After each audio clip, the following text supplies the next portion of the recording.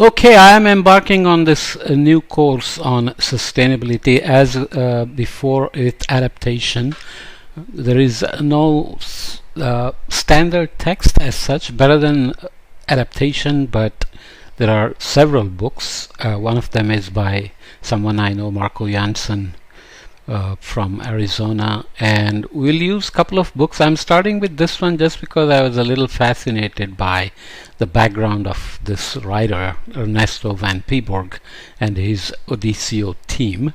He got an MBA from Harvard. He's been an entrepreneur, a filmmaker, and he basically writes this book from his perspective, and it's not from a scientist or an academician in that sense. So I just wanted to start with this. He has his own take on things, on who the heroes of sustainability are, which corporations are doing well in leading sustainability efforts, and so on.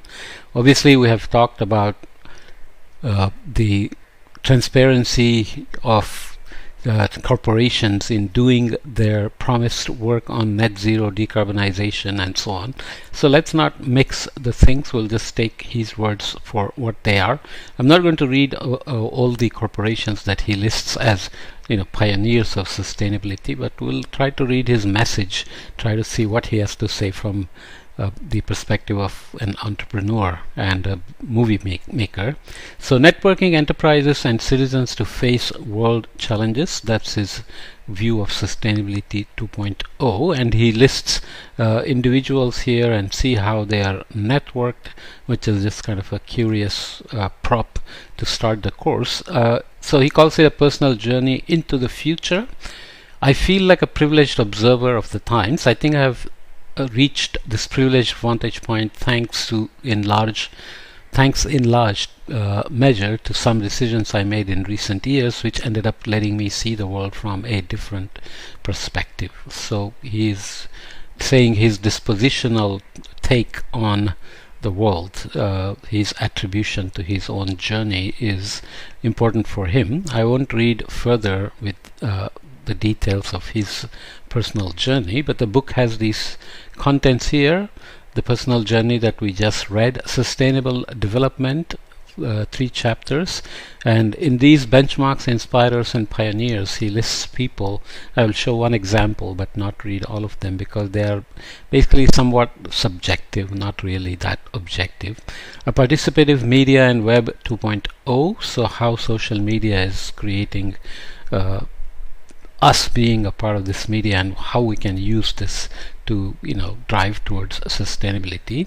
The value of a revolution, so how the 2.0 era is born for sustainability in his viewpoint. And there are business case studies, so here he lists pioneering companies that changed, sustainable companies. So I'm not sure I'll read all these because just because I want to stay focused on sustainability principles, and these again are somewhat subjective choices. There is no big analysis done to say these are doing better.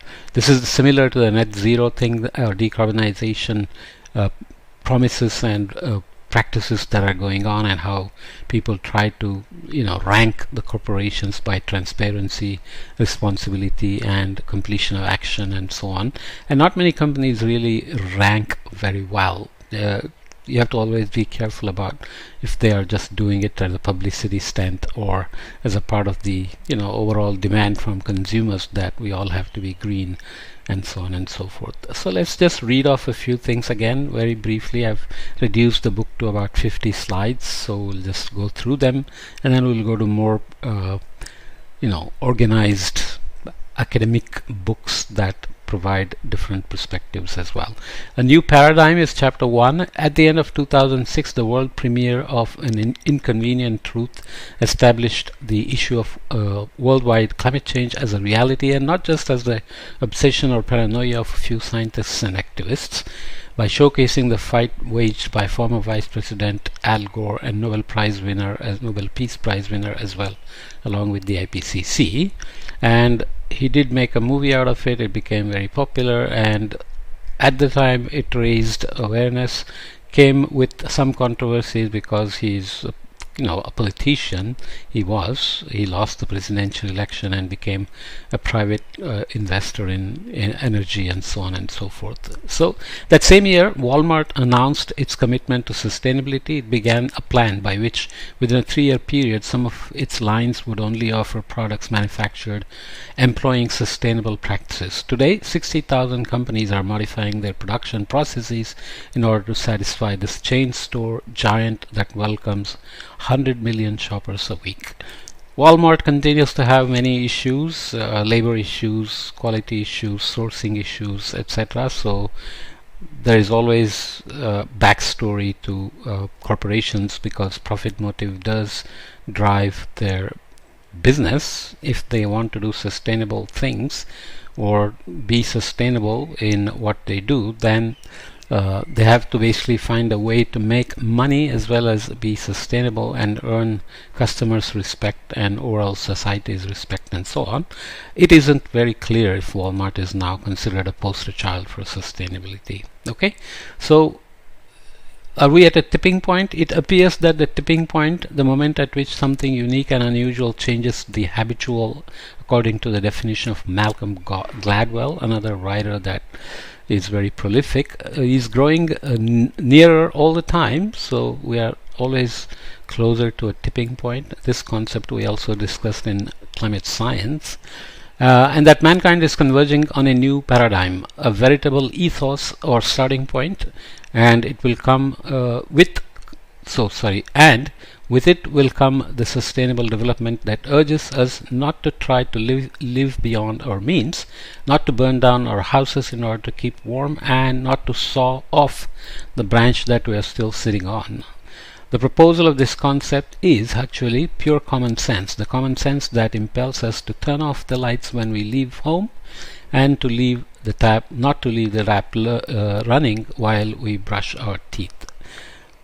I like that message in the sense small steps matter. If we look at satellite images of the world at night, we leave tremendous amount of lights on in markets, shops, even homes, for various reasons, security and just aesthetics and so on. So imagine turning off the light when you are done and shutting off the tap when you are done and so on. Viability or sustainability. The terms viability and sustainability came to the fore in the popular vernacular along with the new electronic information media that became the driving force behind the widespread awareness of growing worldwide problems, including overpopulation. The origin of the word itself, as we will see here, comes from the Brundtland Conference in the 1970s, late 1970s. Lack of water, famine, and environmental degradation are part of the overpopulation, even though by now we know that global warming itself is dominated by emissions from the rich since the Industrial Revolution, and the per capita emission from the poor is not very high. Of course, the numbers matter still. In the academic world, however, these terms had already been introduced in the book called The Limits of Growth, published by the Club of Rome in the 1970s. There is an updated version published, I think, in the 2000s. There is no clear consensus regarding the meaning of viability or sustainability. Nevertheless, one of the first definitions of sustainable development was provided by the Brundtland report that I mentioned, put out by the United Nations World Commission for Environment and Development, which was originally called Our Common Future in 1987. Chapter 1 of that report gives the following definition. Sustainable development seeks to meet the needs and aspirations of the present without compromising the ability to meet those of the future. This is a good motherhood statement, saying one generation should exploit the resources without jeopardizing the ability of the future generation to exploit the same resources. But this, how to convert that into action, is not always very clear. So let's just go and look at some timelines in terms of what things came along, and we will see that in a minute. Conditions for environmental sustainability: no renewable resource should be used at a faster rate than it can be regenerated. This comes from Herman Daly, who is an economist. No non-renewable resources should be used at a faster rate than necessary than that I'm not reading very well today, sorry. I just am a bit groggy on a rainy day, even though it's monsoon is officially over. So 2, no non-renewable resource should be used at a faster rate than that necessary to replace it with a sustainably renewable resource. No pollutant should be produced at a rate faster than that at which it can be recycled, neutralized, or absorbed by the environment. Again, very nice statements, but how do you actually practically ensure these things? That's not always so clear. So let's read these 3 waves of sustainability to look at the timelines. This is according to John Elkington. The first wave is the Green Revolution. It was within the framework of the Cold War, the hippie movement, and the May Revolt in France that the first ecological organizations such as Greenpeace emerged. It was also during this period that the first environmentally aware companies, Patagonia and Natura, came into the market. The owner of Patagonia, I think, just handed over the business to some NGO to run it in a sustainable way, so a remarkable move there. 1961, Amnesty International, the World Wildlife Fund, and the Organization for Economic Cooperation and Development, OECD, are founded. 62, publication of Rachel Carson's famous book, The Silent Spring. Greenpeace is born in 71, publication of The Limits of Growth by the Club of Rome in 72. The Stockholm Conference, which was the first UN Environmental Summit, happened in 1972 as well. The Seveso disaster, Italy, and Watergate case in the USA happened in 1973. Not sure directly related, but nonetheless. In 1975, the UN declares International Women's Day. Let's go and look at what is, according to this author, the second wave. Market economy comes to the forefront. The Berlin Wall comes down and the democratic systems take a foothold in Latin America. Exxon Valdez oil tanker spill makes people start taking the ecological movement seriously. Marketing begins to adopt green messages on a massive scale. So these things can be considered as a second wave, but obviously democracy is not necessarily doing well in many places across the world, so we have to worry about that. 1983, the UN creates World Environment and Development Commission. Bhopal disaster, chemical disaster by chemical company happens, many people die, and it's still not completely resolved in terms of culpability and payment compensation, etc. Chernobyl nuclear disaster happens in 1986. 1987, Montreal Protocol is signed. The Brundtland report is published. So this Montreal Protocol has now become Kigali Amendment, I think in 2013, if I'm not mistaken, to phase out HFCs, which replaced the CFCs with the Montreal Protocol. 1988, John Elkington launches his Green Consumer Guide. 89, Exxon Valdez, following the Alaska oil spill, fall of the Berlin Wall, unification of Germany. Sorry, this is the Exxon Valdez case. 1992, first worldwide UN Earth Summit in Rio de Janeiro. The World Business, this is where Al Gore tried to make an impact, but in the end US didn't sign on to the Kyoto Protocol that emerged out of this. The World Business Council for Sustainable Development is founded as well in 92.